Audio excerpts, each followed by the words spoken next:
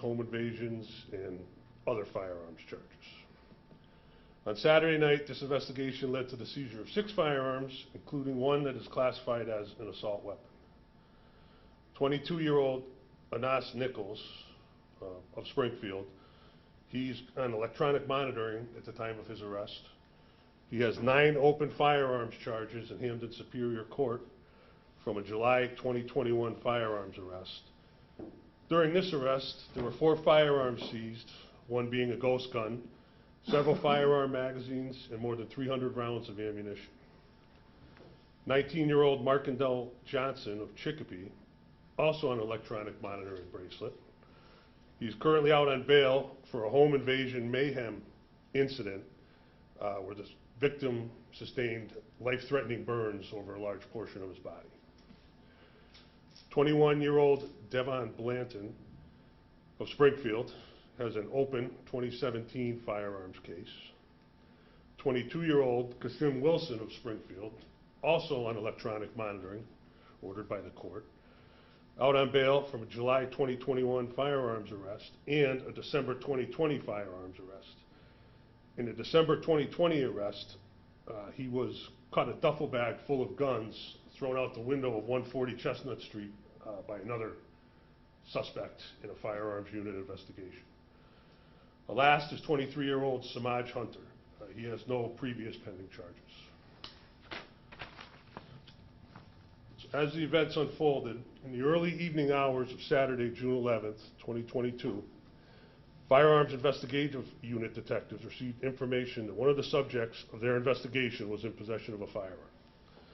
The subject was located at 229-231 College Street, the home of another subject known to the detectives.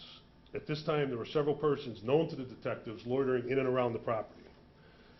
As the investigation progressed, the detectives developed probable cause that at least 4 of the individuals in and around this address were illegally in possession of firearms. These firearms included what the detectives believed to be a rifle concealed in a black shoulder bag. At this time, the detectives, assisted by other units, approached the residence to continue the investigation.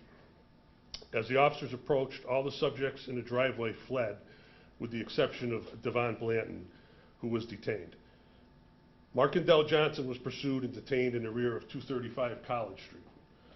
Anas Nichols was observed fleeing with a firearm in his hand. As he was pursued, he ejected a loaded magazine from the weapon and then discarded the firearm by throwing it into a neighboring yard. Detectives initially caught Nichols in the rear of 191 Maynard Street, but he resisted arrest and was able to flee to 172 Maynard Street, where he was apprehended. The detective who initially caught Nichols at 191 Maynard Street, subject suffered an injury as a result of Nichols' resistance. The firearm and magazine were later located with the assistance of a canine. Samaj Hunter was pursued and taken into custody in front of 191 Maynard Street. Officers located Kasim Wilson inside of 231 College Street and placed him into custody. During a thorough and methodical search of the area around 229-231 College Street, as well as the paths traveled by the fleeing suspects, the following items were recovered. A .40 caliber Glock handgun loaded with 9 rounds. This firearm was believed to be discarded by Markendell Johnson. From inside a car parked in the driveway, detectives seized a .45 caliber Glock with a 13-round magazine that contained 11 rounds. There was an additional round in the chamber of this weapon. A .40 caliber Glock was also recovered from inside this vehicle. This weapon held a 22-round magazine containing 13 rounds as well as a round in the chamber. From atop the passenger tire of another car parked in the driveway, detectives recovered a Colt .45 caliber firearm containing 7 rounds. This weapon was located immediately next to where Samaj Hunter had been observed loitering. The .40 caliber Glock observed in the possession of Anas Nichols. The .40 caliber Glock observed in the possession of Anas Nichols was recovered with the help of a canine. This weapon held 1 round in the chamber. The magazine that Nichols ejected from the weapon during this pursuit was also recovered and found to contain 10 rounds. In the black bag, observed to be in the possession of Kasim Wilson earlier in the investigation, officers recovered a .556 caliber rifle containing a 30-round magazine. This magazine held at least 4 .556 caliber rounds An additional round was located with this rifle. This rifle meets the legal definition of an assault weapon under Massachusetts general law. This investigation is ongoing at this time, and I will say that if you look at the firepower on that table in front of you, I don't think you could say enough about what those guys did the other night. They went up there completely oblivious to their own safety, and they took a lot of bad guys off the street and a lot of firepower off the street, and I couldn't be prouder of these guys. Thank you, Mr. Mayor? Thank you. First of all, on behalf of Police Superintendent Clapper, Deputy Chief Steve Kent, Captain Brian Keenan, his gun unit has done tremendous, tremendous work. You see these weapons here. Do you think some of the judges I complain about would have these allowed in their neighborhoods to threaten their families and friends? No, they wouldn't. And they shouldn't be in my neighborhoods threatening my residents and business community, period. You want to stop gun violence? You got to lock these repeat violent criminal offenders of 1 or 2%. Keep them locked up. That's how you're going to stop gun violence. These individuals that the brave and dedicated men and women in blue took off the streets in these dangerous weapons are repeat violent criminal offenders. Some who are on GPS monitors and bracelets. And you know what? They keep doing it because they don't give a, I can't say what I want to say, because they know they're going to go to court and get a little, be a good boy now. Be a good boy. I know we come before you left and right. We've tried to change the laws. I have bail legislation, which State Representative Angelo Pupolo continues to put across for me in the state legislature. Governor Baker, on his dangerousness bill, trying to gain some traction.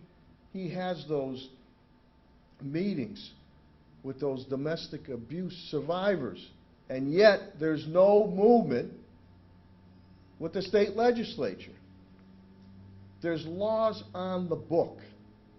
We need our judges to enforce these laws. Whatever happened to the Bartley-Fox law? That was 1 year mandatory no matter what if you got caught with a gun. So, you know, I have a report card every day or every 4 years when I'm up for election or re-election. And I think maybe it's time that some of these judges had a report card too. Because what is the rhyme or reason that you're allowing these individuals back on our streets, in our neighborhoods, to perpetuate mayhem? Think of how many lives Captain Brian Keene and his crew saved, or injuries, from taking these individuals off the streets. So, you want to stop gun violence? Keep these bad actors locked up. It's plain and simple. Plain and simple. We have another individual. You know, when somebody breaks into your house, that's personal. When somebody breaks into your car, that's personal. These guys grabbed another guy. 51 arraignments. Car breaks. 51 arraignments. What's it take to hold this guy? Now, I'm saying some of the judges, would they want that going on in their neighborhoods? Why is Springfield always looked down upon when it comes to some of the judicial decisions that are being made? Many of the judges do not live in Springfield nor the Springfield area. My people, no matter what creed, color, or background, and business community, don't deserve this. These individuals, repeat violent criminal offenders, they're the ones that have caused this mayhem. They've done it continuously. No judge should feel any obligation to slap them on the hands and let them go on a GPS bracelet or monitor. I mean, this is getting sickening now. It is getting sickening. And again, I'm going to fight tooth and nail for my people and business community in the city of Springfield. But it's, you know, we change the law, Sarno. We try to do that. We're still waiting for legislative movement on that. The governor's still waiting for legislative movement on that. Meantime, these marauders cause mayhem on the streets. They cause families to grieve with injuries or deaths. They all have a long history with the criminal justice system and our Springfield Police Department. And I'm sick and tired, not only putting our residents and business community in harm's way, putting the brave and dedicated men and women in blue in harm's way. As Deputy Chief Kent said, and this is heavy-duty firepower here. Heavy-duty firepower here. They get pick off any one of our guys in blue or young ladies in blue at any time. So what kind of message does this send? I mean, to the judges. Don't say no, but some of the judges. You put them on a bracelet, you put them on a monitor, they don't give a shit. They still go right back out. They need to be locked up. This gun violence problem can be solved very, very easily. I know it's complicated ways, mental health. These are bad guys. Bad guys. And again, you know what? Maybe we should have report cards on judges. I mean, how are these guys on the streets with the records they have? A judge doesn't have to go out there and console a family on scene in a hospital, God forbid at a funeral parlor or at a wake or in a meeting, and have come back to you saying, Sarno, why was this person on the street? Why didn't you do something about it? Well, we did. Police department did. But I'm getting fed up on this. And I'm going to keep speaking out, and I do run into some judges, the judges that say, you're right on the money. And they say to me, they shake their heads at sometimes their colleagues' decisions that are being made. So this is not a deterrent to these violent repeat criminal offenders. They laugh at you. It's a joke. Courts are a joke. That's the way they feel. We have one injury. It's a joke. Nothing's going to happen to us. We're going to go out and perpetuate mayhem. So I ask some of these judges in the court system to look in the mirror, to state, what if this was to happen in my neighborhood area, whatever hamlet I live in, rural or suburban areas? Would they want their family members or friends affected that way? Damn no, they don't. Well, I don't want that here for my residents or business community in the city of Springfield. I don't, you know, when you're out there, it doesn't matter what creed, color, background. You know what they say to me out in the neighborhood? Hey, Tom, hey, Sarno, hey, Mayor, we want quality life. We want public safety. What the hell is this guy doing on the streets?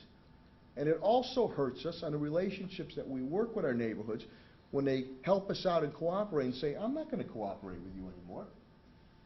I helped you out, and the guy's right back on the street, tormenting me. I mean, it's becoming I know, an endless, it's like a revolving door there. Things are going to change. The pendulum is swinging now. People are upset. All I ask for is every day we have to put across accountability. In all due respect, I need accountability from the judicial system and some of the judges here. How were these guys let go? On bracelets and monitors. Laughing. And on a more personal, again, with the car break-in artists, 51 arraignments. Things are upside down here, and things are going to have to change. And I don't care if, you know, they want to put me out as a bad guy. I'm going to keep screaming from the top of the mountains, whether we get legislation passed or we're going to make specific examples as we're doing today. What rhyme or reason did that judge, he or she, have to let these individuals out? You heard some of the crimes that they had perpetuated. How the hell are they out in the streets again? They don't care. Nothing's going to happen to them. We know what's going to happen. Somebody's going to get hurt. Somebody's going to get killed, whether it's a civilian or, God forbid, one of my brave and dedicated police officers. And then there, you know, thoughts and prayers. Let's do something about it. Let's do something about it. So I say, I'll finish with this. To some of the judges, some of them, how would you feel if this was happening to your family member, your friends, or in your neighborhood areas? I don't think you would tolerate it, and as the mayor of Springfield, I'm not tolerating it from the residents, my residents of all creed, colors, and backgrounds, and my business community. When I saw that report early this morning, I just shook my head. I can't say what I did say, but how are they out in the streets? And I appreciate the media being here, but maybe there should be some type of report card on the judges. What's the rhyme or reason why you let this individual go? What's the rhyme or reason why somebody has 51 arraignments and they've been let go, you know, constantly? I have a report card every day. Every re-election time I have a report card. I'm answerable to the public. I need the judges to be answerable, specifically my Springfield public. And I don't care if they don't like it, some of them. I'm going to keep standing up for the people of Springfield business community. This is bullshit. So with that, I'm going to end. I know Captain Keenan's here through Deputy Chief Kent. His guys do a great job. They put their lives on the line left and right. Think how many lives they've saved from getting hurt. And then if you have any questions from Deputy Chief Kent and or Captain Keenan. But Keenan, I'm sure you would like to say a few words on your operations. Record level guns being taken off the streets. And ghost guns too. To the Chief, is it okay? Yep. Keenan, you want to say a few words? Thank you, Mr. Mayor, Deputy Kent. Captain Brian Keenan, Commanding Officer, Springfield Police Firearms Investigation Unit. I want to commend a few people here. I want to commend Sergeant Christopher Hydas, who leads probably the hardest working detectives in New England in that 4 to 12 Firearms Investigation Unit. Sergeant James Mazza, who runs the day shift, the Firearms Investigation Unit. Just the Firearms Investigation Unit in the month of May took 20 firearms off the streets of Springfield. There's nobody who puts up the numbers that these guys put up. They get out there every single day and they grind, and they don't stop. And a lot of them do it on their own time too. For these guys, they work so hard it's like a vocation for them. It's not a job, and the work is right here. And the results of their work we don't see. It's the people that aren't shot. It's the mothers that aren't going to the funeral parlor. It's the people that are alive. This prevented an awful lot of loss of life in property, and the guys work awfully hard. And to the mayor's point, we try to debrief every person we arrest. We try to speak with them. Some will speak with us, and some won't. The one consistent theme that we get is they're laughing at you judges. Why would we talk to you? We're going to be out in an hour anyways. The crew that was arrested here, I mean, I didn't go to law school. I know Deputy Chief Kent didn't go to law school, but I would say that setting someone on fire makes you inherently dangerous. I don't understand why you'd be on a bracelet. I would say throwing a bag of firearms and catching them out of a busy metropolitan neighborhood would make you inherently dangerous. So, I don't know if they had common sense class at Western New England Law, but if they don't, they need to add it, because this is insane. Thank God we haven't received a phone call that none of our people are hurt. Because every night it could happen. Our guys go out there hunting these horrible guns, and they do a very good job at it. And your citizens of Springfield, people on First Street and College Street, your cops care about you. Your cops work awfully hard for you, and your cops put their lives on the line for you, the residents of Springfield, and thank you. Thank you, Captain. Nice job. If you have any questions of Deputy Chief Kent, Captain Keenan, myself? I would just make one more point. Actually, 2 points, actually. Number one, I'm sure you're all familiar with the area of College Street. It's a thickly settled residential area. Like any other thickly settled residential area on a nice Saturday night, there's children playing in the streets, there's people enjoying their yards, enjoying their lives, enjoying the weather. And next door or across the street or 2 doors down, you have gang members running around with this kind of firepower. And the second point I'll make is that rifle, that .556 caliber rifle, will penetrate a bulletproof vest, penetrate the body, and come out the back of that vest, and probably penetrate the vest of the cop that's standing behind that first cop. So, and those guys knew that when they ran down that driveway, that they were confronting that type of weapon, and they didn't hesitate. Deputy Chief is on the money. Oak Grove, you know, the playground is there, area there, kids, great families there too. They should be put in harm's way. So, you know, the Bill Belichick line, do your job. I'm asking some of these judges to do their jobs, because we don't want any bloodshed. And again, as I open, you want to stop gun violence? I know some other things, but it's pretty direct, simple. Keep these repeat violent criminal offenders locked up. You will subdue a lot of gun violence that occurs at this point in time. So we're very appreciative of the media being here and getting this word out. And I'm hopeful that legislation, whether it's Governor Baker's dangerousness legislation or my bail legislation, you know, gets some traction in the legislature. But there's laws on the books. Again, I go back to Bartley Fox, which was, you got caught with a gun, mandatory. It was mandatory 1 year. Nobody enforces it. Nobody enforces it. So with that, I'll shut up and, Captain Keenan or Deputy Chief Ken, if you have any questions or comments. A question for either one of you, whoever can answer it. How, obviously they're not obtaining these guns legally, how are they getting into their hands? Two of those guns there were stolen. They have ghost guns that you can order pretty much completely online that we're seeing a market increase in. And straw purchasers. They have people who can legally purchase, whether it be in Massachusetts or some other part of the country, travel, make the purchases, and they bring them back to Massachusetts. So there's a variety of different ways, and they're going to find a way to get them. That's just the way it is, because in my opinion, there's not a lot of accountability right now if you get caught with one. You know what I mean? And none of these guys are first timers, so why wouldn't you give it a shot? And if you're going to sell guns, you make a lot of money because no one's afraid to be buying one illegally, apparently. So it's just something's got to change. Something's got to change sooner than later. We're just heading into summer. I thought I had the numbers. So far this year, Springfield Police Department has confiscated 133 illegal firearms. And we haven't even hit the height of summer yet. So somebody has got to figure this thing out before you have a 5.56 round going into a child's bedroom, or God forbid, or something similar, or through a car window, where some child's out on her way to get ice cream or something like that. It's got to change. Was the assault rifle, was that through a straw purchase, you believe? I don't know. They trace them all after we do our thing with them and process them through our place, through the Springfield Police Department. The numbers will be traced. The ATF traces every firearm that we seize. Where that's going to go, I don't know. Hey, how about the guy on Hancock Street, manufacturing ghost guns? You know what his bail was? Was it $100,000? Was it $250,000?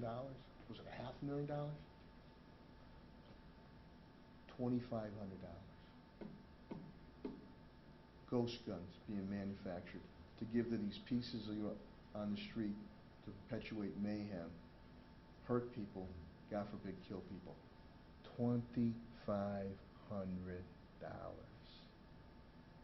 It seems now that the criminal offenders have more rights than the victims. I think Governor Baker said that in one of his with the domestic abuse things, those terrible, terrible stories. And yet the legislature's not doing anything to pass any of these things.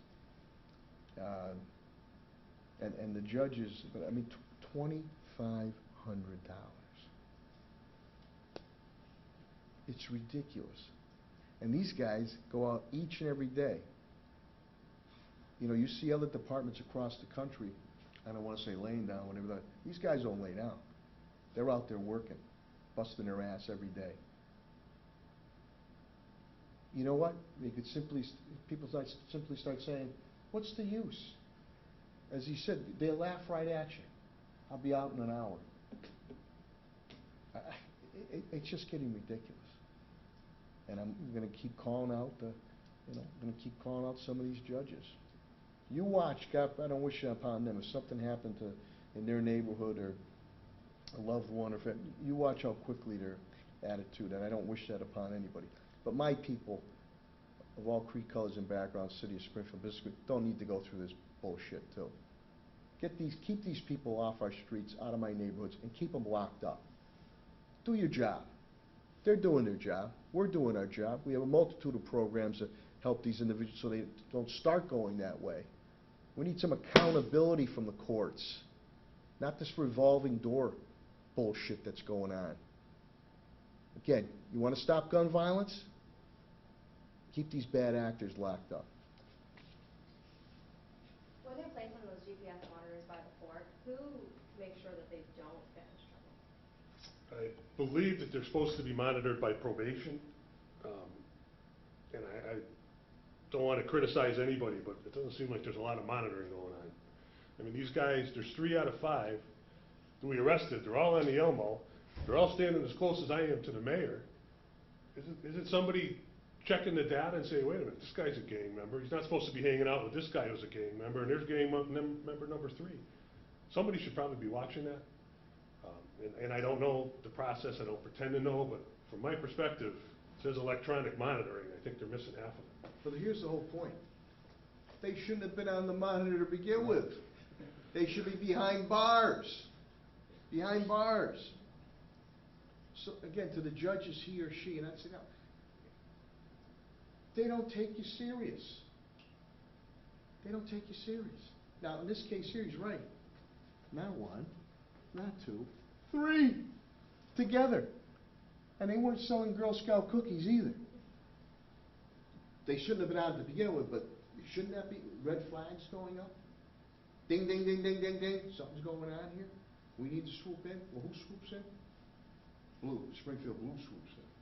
We need the backup. The court's got to back us up. When I saw the report this morning, familiar names again. But we're going to keep pressing. We're going to keep pressing.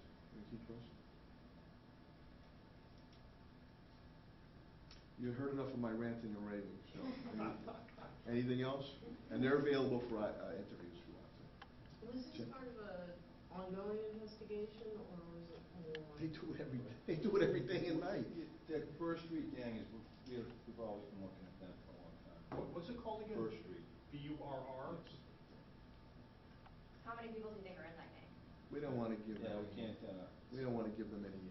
there's 4 that should be at the Ludlow Street gang, if all goes right today. 5 should be Yeah, that gang. We like that gang. Their numbers aren't very good, Mr. Mayor. Yeah, we want them up at Nick Sheriff Coach's place. We want him up there. And listen, he's got plenty of room at the inn, and he's more than welcoming to them. And you know what? Could probably help out some of those turn their lives around too. You said one of these is a ghost gun? No. No, none of them No are ghost ghost guns? guns. Okay.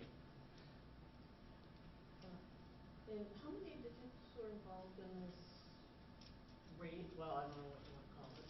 8 or 9. Okay. And what are the, you started the firearms unit about a year ago? Yes. Is that correct? Can you just talk a It's little? almost 2 years. Yeah. It's almost 2 Been years. what? I think it's- Last July. Okay, well, but we were, yeah, okay, that's right. With the Fully transitioning. yeah. Can you just talk about the has it worked, basically? The advantage of having changed it? What do you think? Yeah, I don't know, I figured that out. The proof's on the table, Jeanette. I mean, and where you really, it's a difficult thing to measure is the amount of violence that doesn't take place because of the 20 guns that we took last month, is the 6 that we took here. Can you talk about, just because, we are in the day that we're in right now, what can that assault rifle, what use does that have? That's not a hunting gun, correct? That's not. No. Sporting, self-defense, yes.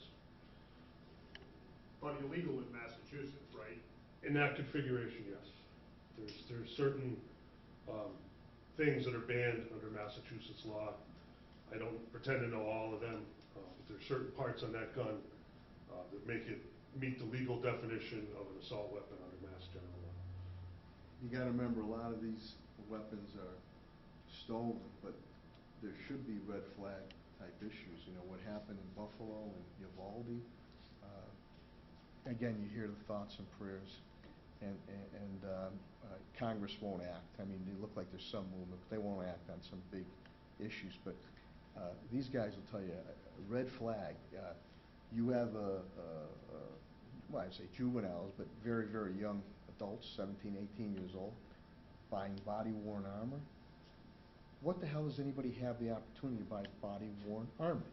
Unless you're, you're in police or something. Red flag number 1. Red flag number 2, in these cases, hundreds if not thousands of rounds of ammunition buying. Ding, ding, ding, ding, ding. Red flag number 2, automatically reporting to, what the hell does an 18-year-old need that type of ammunition? Red flag number 3, Both those individuals were on the radar screen and brought in. But again, you know, they really don't mean it. Let go. Red flag number 4. Social media. And those moguls make billions and billions of dollars. Everything documented on there. Where are the red flags? You know, where's the background check? Where's the mental health type things? They'll never move on the assault weapons. They'll never move. Let's be fair. All these things that they'll never move. Maybe there's some traction going. At least it's a start. But there's so many red flags that could say, and I know you hear from other advocates, oh, you can't hold that person, you can't do this, you can't do that. My comeback would be, not only am I saving maybe that person's life, we're saving maybe dozens of people's lives. And maybe get that person the mental help that they need. I think we picked up another guy, it was Devon Williams. He's out perpetuating mayhem all across our streets. We just picked him up. With a gun. With a gun, okay? The car brake guy, 51 arraignments. And proactive police units grabbed him when he was smashing to get into another car. He'll probably be out again. It's personal things. You know, somebody breaks into your car, somebody breaks into your home, you've been violated. So, again, a lot of these are stolen, but you see in some of these mass shootings, which are absolutely terrible. You know, Newtown, you felt things were going to move Newtown. Other things that happened back in the night, nothing. And now they say there might be some compromise on the federal level. You know, I won't hold my breath, but hopefully. But there's some things that are common sense legislation. And some things with our judges, common sense with the laws on the book. Start with the Bartley-Fox law. Get caught with a gun? Baby, you're 1 year behind bars. No questions asked. That's not being enforced. Pass some of this legislation, bail legislation. Pass Governor Baker's dangerous in this legislation. I mean, you hear, it's heart-wrenching when you hear, and I know your media's covered it. I've been to some of those. I mean, I've testified in person and via Zoom. It's heart-wrenching what some of those domestic abuse survivors have to say. You know, so I just appreciate the continued brave and dedicated work the men and women in blue, Springfield Police Department doing under Police Commissioner Cheryl Clapper. But you know, I hope we don't have to. If we have to do this every day, we'll do it every day. We'll do this. And again, I have to live with a report card. So does the police department. I have to answer to the people. I think maybe it's time we start to see a report card for some of these judges. I want the judge here, she explained to me how you let these people out on bracelets and monitors. Violent, repeat criminal offenders. Multitude violations have been arrested again and again and again. Don't you have a conscience?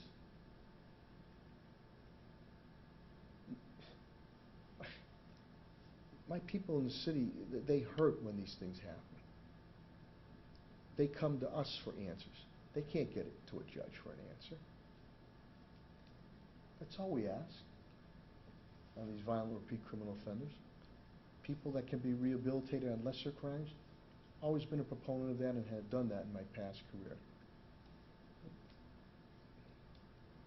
And I'm sick and tired of thoughts and prayers. We need action. I need action here with the court system, on the state, and we need some action on the federal level. Take the goddamn politics out of it. Use some common sense. Unfortunately,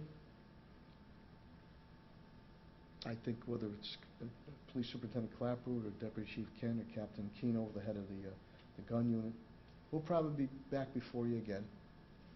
But we're going to keep pounding away. And we're hopeful that some eventual change will occur.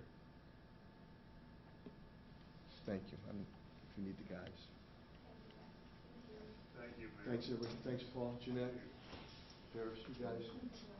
You guys all set? So that kind of assault line, Brian, thank you. All set? You got it?